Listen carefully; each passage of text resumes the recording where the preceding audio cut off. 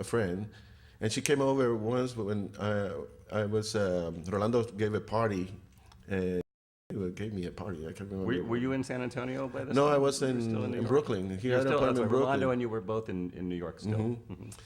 And she came over and she said, "Well, Angel, because this is really funny. I had the series of pastels, the Icarus Agenda, I think it was. Rolando allowed me to display it in his studio. Allowed you to put your work in his studio. Yeah, I mean, because Coco Fusco, his friend, she came over to the party and she said, "Oh, I can't believe that Rolando let you put those paintings on his walls." So, but then she was there, and the night went on, and at one point she came over and told me, "Angel, what? You should paint me." I said, "Oh, well, actually, that's a good idea." And then she said, because she was trying to be flirtatious and, she knew everything, like, just trying to kind of be cute. She said, "Well, but if you paint me, you have to show a little bit of here, a little bit of that." and I said, "Well, how about if you, let's do it, make a date and come over to my studio and we'll work on it." And I called her just because maybe afterwards she was not feeling very comfortable. I said, "Well, you know what? I have this great idea. I would like to paint you as Venus, the myth of Venus." And she loved it. And she came over, and that's the painting. And then the other one is the one on the right is Yemaya, which is the goddess of the ocean. In the Yoruba tradition, the Africans came from Ife, West Africa. And then who's the third figure? And the third figure is La Primavera, the spring, and she's a retired librarian actually right now. And at this time, I was at the Marie Walsharp Art Foundation, a residency program in New York City. Okay. If you're chosen, they give you a studio free of charge in Tribeca very nice, in for Tribeca. a year.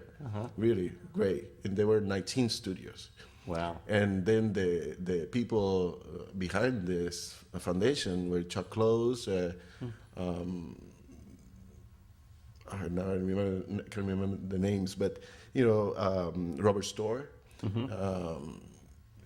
and so on. And actually, Chuck Close came to visit because we had an open house once a year, once that year, and one thing that I really liked was that he came over to the studio and he's in a wheelchair with an attendant, and he's just moving around the walls and looking at the paintings. I was very, taken and looking at them, and it came over. And I was just observing from a distance and see what was happening. And that was in itself, he told me he liked them. So that was very nice because, that's sure. They don't necessarily give you accolades. Of course. And this is, of course, the Circles of Confusion painting in the Sama collection. And so this is basically you had moved to San Antonio, this is right before you moved to San Antonio. Right before you moved to San Antonio, but you're peering through your fingers there and you're sort of relating to the cosmos. Tell us about it. Well, this is the first piece I did. We were traveling through Mexico, Rolando and I, and we stayed at a friend's house in Cuernavaca. And so I said, and we were supposed to stay there for, I don't know how long, a month or so. And I opened, set up my studio there, and I started working on this series. It's the first one, and it's about trying to deal with all this culture, all this exuberance in Mexico, and what is my role in this? What am I?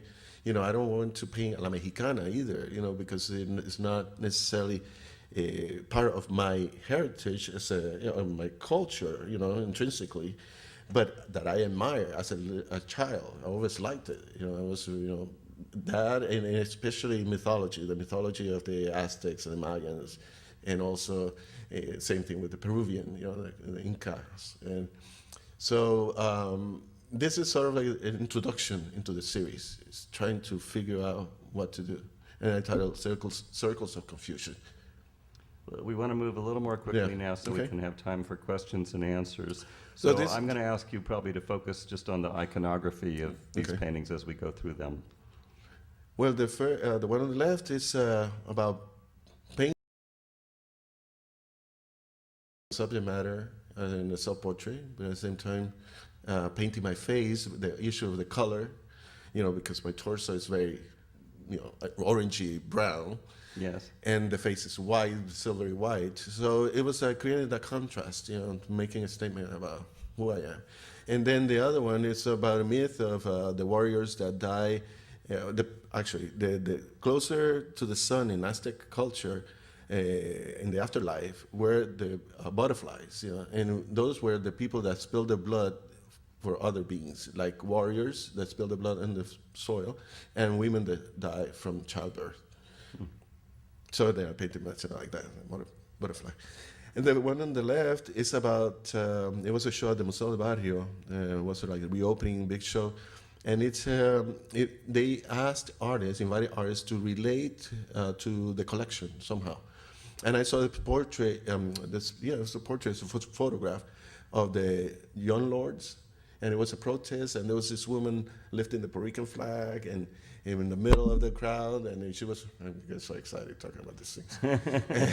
and then she's, with a fist up, and big woman. And this painting has to do with the political status of Puerto Rico.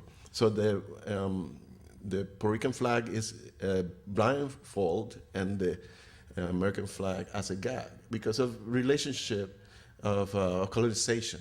The island has been colonized since 1898. I mean, before that by the Spaniards. Yes. So try to invent this dialogue with a self-portrait with a mask.